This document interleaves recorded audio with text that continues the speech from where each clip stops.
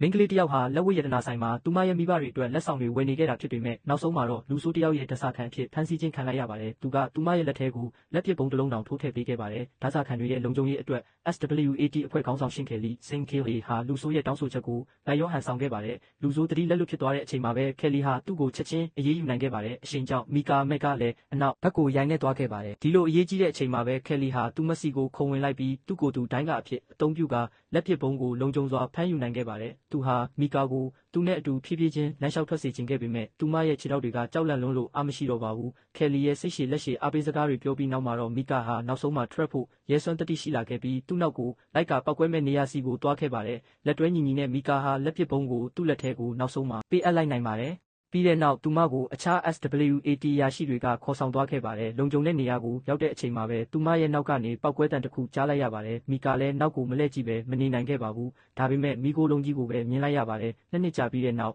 မီကာဟာခွဲစိတ်ဆရာဝန်တစ်ယောက်ဖြစ်လာခဲ့ပေမဲ့တရားဝင်အလုပ်မစတင်ခင်မှာသူမဟာအရေးပေါ်ကယ်ဆယ်ရေးတင်တန်းတစ်ခုကိုတက်ရောက်ဖို့လိုအပ်ခဲ့ပြီးတင်တန်းနေရာကတော့ SWAT အဖွဲ့ရဲ့အခြေစိုက်စခန်းဖြစ်နေပါတယ်။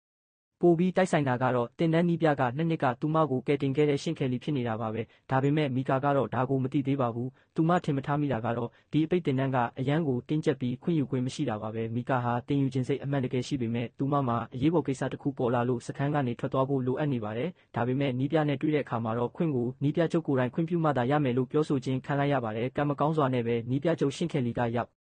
မလာသေးသလိုဖုန်းလဲဆက်သွယ်လို့မရပါဘူး။ဒါကြောင့်မီကာဟာအန္တရာယ်တစ်ခုကိုရင်ဆိုင်ဖို့ဆုံးဖြတ်လိုက်ပါတယ်။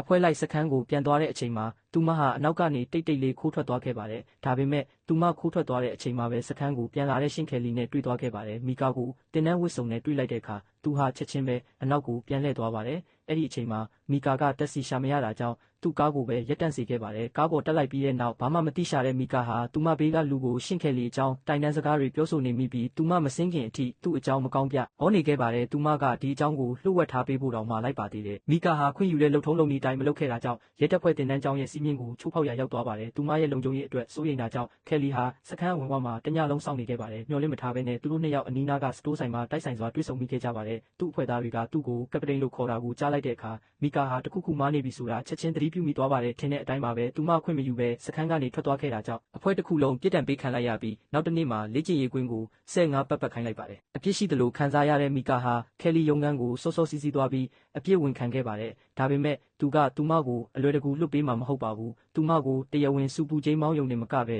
အိမ်သားတွေအားလုံးကိုတန်ရှင်းရေးလုပ်ခိုင်းလိုက်ပါတယ်။မီကာလည်းပြစ်ဒဏ်ကိုဝမ်းမြောက်ဝမ်းသာလက်ခံလိုက်ပါတယ်။ယောက်ျားလေးအိမ်သားကိုတန်ရှင်းရေးလုပ်နေတဲ့အချိန်မှာတန့်စင်စေးရေးကုံသွားခဲ့ပါတယ်။နောက်ထပ်သွားယူတဲ့ခဏတာအချိန်တွင်းမှာကယ်လီဟာအိမ်သားတွေကိုတန်းပြီးဝင်လာခဲ့ပါတယ်။မီကာပြန်ရောက်လာတဲ့အခါမှာတော့မျက်စိရှိမှ